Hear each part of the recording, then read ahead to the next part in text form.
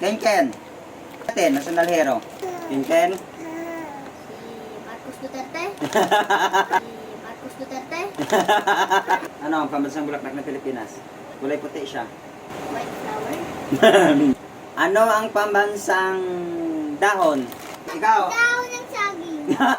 Ano sa Ingles ang ilog? Swimming. Ano sa Ingles ang ilog? Papa. Edge. Okay.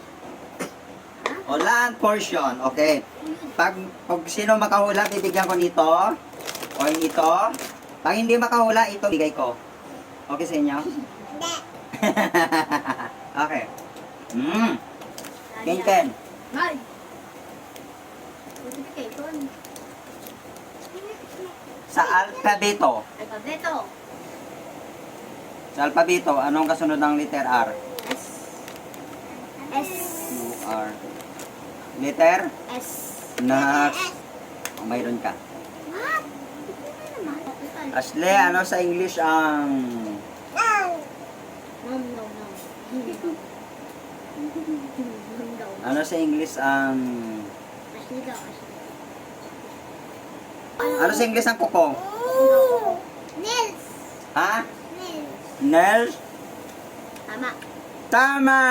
Oh. Plakpak kayo, plakpak. Katlak na ni. Ate kayo, magigano kayo. Jasmine? Jasmine? Ano sa English ang buhok? Hair. Ha? Hair. Ha? Hair. Hair? Spellings ang hair. Spellings ang hair, buhok daw. Hair is correct! Ika. Ah, Ate ba? siya yan. Ano tayo? Hati kayo, ate. Ken Ken. Ate, national hero. National hero. Ken Ken. Si Marcos Duterte. Si Marcos Duterte. Marcos Duterte daw. Pass? Hindi mo maulaan? Ang national hero natin ay si Dr. Di ba? Si Dr. Si Rizal. Si Ashley, No. anong pambansang bulaklak ng Pilipinas? Pambansang bulaklak. Ay! No coaching. Pambansang bulaklak ng Pilipinas. Flowers. Anong pamba... Ano? Sunflower. Hindi. Oh. Ano? Kulay puti siya. May puti. Anong bulaklak? White flower. Hindi. Ang pambansang bulaklak ng Pilipinas ay Ayun o. sampagita. Next. Ano ang pambansang dahon? Ikaw. Pambansang dahon.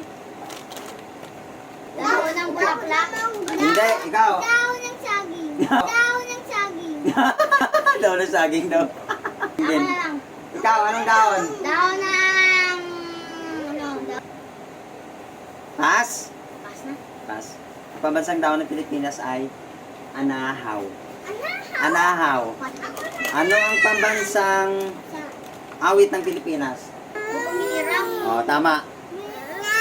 Lupang hinirang. Oh. Bayan na Tatayin mo. Tatayin. Kaya mabilib, peras na silanganan, alam ng puso. Sa dibdib mo'y buhay, upang hinirang, iyak ka ng mabilib. Tubig! Sige, sige, sige. Tuloy mo. Ako na nga. O, sige, ikaw na lang. Sige, ikaw. Ang gusto Tatayin mo. ko.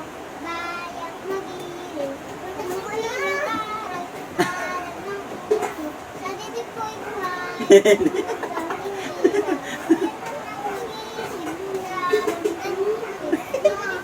Lakasan mo. sa daray at mundo, at sa langit mo'y bukaw, nanimuntag ng bawat tawad sa magmayan ni Mama. Nang matawad, na nagtininig, kami tuwing naglaman kay nagtumay na naglilinig. Ang araw ng pag-ay ng mga pinatay. Sa'yo! Sige. Ako na nga! Maligaya ng basta ko! Naapi ang mamatay ng dahil sa'yo.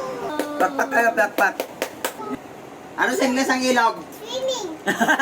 Swimming.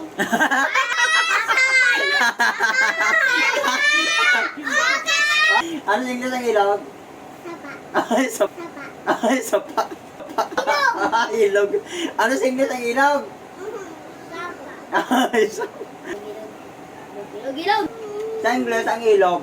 Swimming. Hindi. River. Tinken. Ano sa English ang gulay? Vegetable. Next. Example ng vegetable. Anong gulay? Vegetable. Anong gulay? Example. Apple. Apple. Ay, hindi ka naman.